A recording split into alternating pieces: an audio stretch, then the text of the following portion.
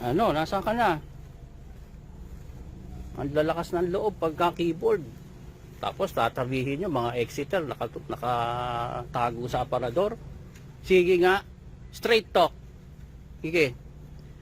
Sino ang defender ng MCGI na lumalabas na may muka? Sige nga. Sige. Magpakita ka kahit isa. MCGI, defender, pero ginagawa yung ganito, nakalabas. Ready magtanong, ready makipag-usap. Sige, magpakita ka. O kayo mga duwag MCGI, kayo pala nasa totoo eh. Di dapat kayo malakas ang loob. Kayo pala walang tinatago eh. Di dapat kayo malakas ang loob. Kayo pala ang mga matitino eh. At kami masasamang tao eh. Di dapat kami nahihiya. Eh bakit kayo nahihiya? Bakit kayo ngayon ng mga defender ng MCGI at hindi yun dapat na tagapagtanggol ninyo? Nga. Bakit di mga manggagawa nyo nalabas? Labas kayo mga manggagawang kanin. Mga KNP, lumabas kayo. Hindi ko na hinahamon si Daniel. Hindi yung lalabas eh. Dahil kayo lahat mga tanga. Masarap na buhay nun. Hindi yung lalabas. Bakit yung lalabas? Common sense lang. Iba kayo mga tanga dyan. Puno nyo, hindi kayo mapagtanggol. Nawawa lang itong itong tao na to. Walang ka respeto sa sarili. Si King Kong po may mukha. Oo nga, Brad Jericho eh. Kaso hindi naman lumalabas eh. Sabi ko mag-usap kami live eh. Nakita nyo, common denominator ng mga MCGI.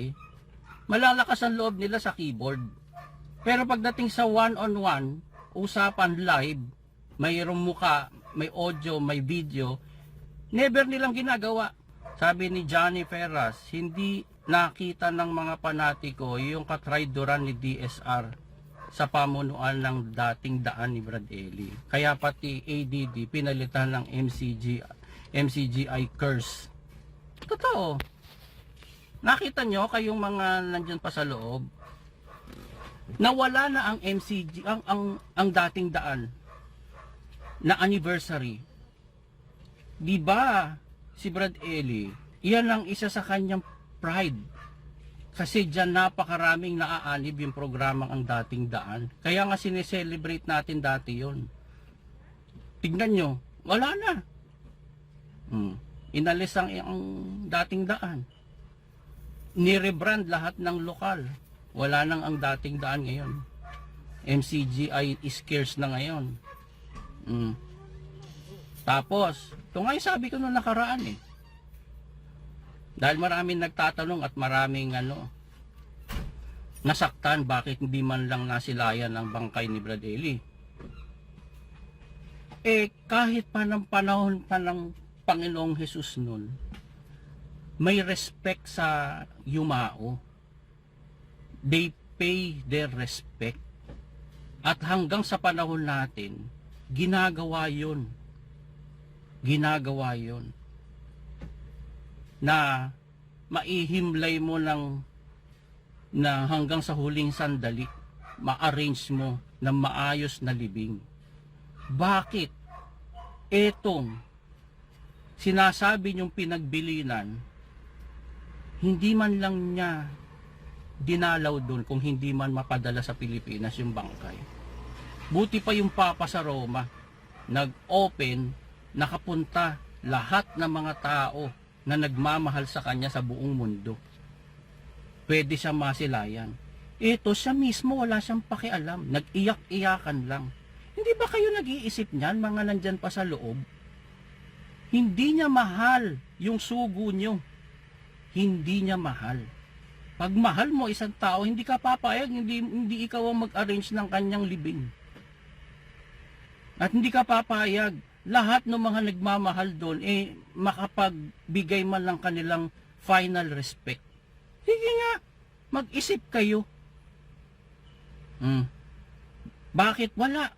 Hindi man binigyan ng malinaw na dahilan, malinaw na information. Di ba ganun yon? May mahal ka sa buhay.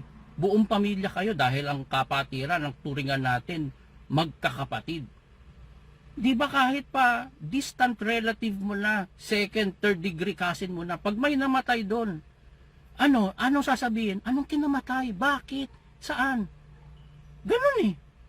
Ikaw, na pinakamalapit na relative doon sa namatay, ikaw magbibigay ng info. Gagawin mo bang, hindi, wala, basta ano lang. Ganun ba? Hindi. Nakita nyo kung gaano kabastos si Daniel Rason kay Brad Ely. Ganun niya binastos. Hindi nyo ba nare-realize yun? Ang kikitid pa rin ang utak nyo? O talagang panatiko na kayo sa tao?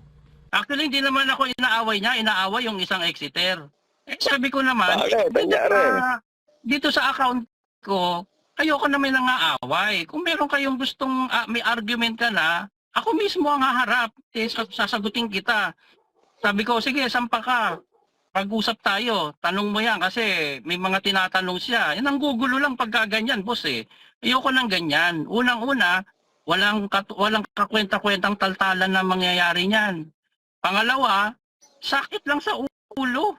Wala namang pupuntahan. Walang mananalo, walang matatalo. Di, sumampa ka. Mag-usap tayo. Tapos, kung mapahiya mo ko, maituwid mo ko, di salamat sa iyo, naitama mo ko. Pagka naman ikaw ang mali, o di at least napatunayan mo, mali ka talaga. Ganun lang naman, sino nakinabang? Di lahat ng mga tao, lahat ng mga nandito, yun lang naman ang akin, boss eh. Wala, hindi sumampa, boss. Puro bayag talaga ng mga taga-MCGI. As usual ba, boss, naka-maskara din? Siyempre, pseudonym ng account. Yan nga yung sinasabi mo na walang accountability no? Wala. Kaya nga. Yun lang naman, as simple as that. Kung salimbawa si CJ Perez, nagsasalita palagay nyo ng kasinungalingan, tapos ang usapan, di ba? Oo. Tsaka isa pa, boss, ito, sabi ko nga kanina eh. Kasi sabi niya, dito na lang sa bagay, lahat na naman tayo. Lahat ng Exeters, mga nakatago rin sa aparador. Kaya sabi ko, ako, Exeter ako nakatago ba ako sa aparador? Hindi. At marami pa mga Exeter naman na hindi nakatago sa aparador. Pero ito ang sabi ko, magpakita nga kayo kahit isang MCGI na dumedepend sa MCGI na may muka, na ready magpatanong, ready makipag-usap ng live. Sige nga, magpakita kayo na katulad namin, katulad ko, katulad ni DK, katulad ng iba pa. Wala naman. Meron ka bang naaalala, boss, na active member ng MCGI na nagde-defend para sa kanila? Meron ka ba naaalala? Ganon? Wala. Ngangay. Wala. Zero. None. Zero, boss. Zero. Oo nga, boss. Yan. And then, pakinggan nga kita kagabi doon sa sinasabi mo. Alam mo, kung i-absorb lang yun, ang ganda nun eh. Respeto lang naman ng kahulugan. Tapos na usapan, di ba? Tama. Tama, boss. Yun lang. Kaya lang, wala. Mukhang hindi alam yata yung salita na yun ng iba eh. Oo. Tsaka, ang makikita mo pa, sila actually ang walang respeto eh. Hindi naman tayo eh. Sila walang respeto dahil unang-una, sila ang nang-aaway. Diba, boss? Sila ang nagpapasama sa lahat ng may exit. Yung mga may exit, quiet lang naman eh.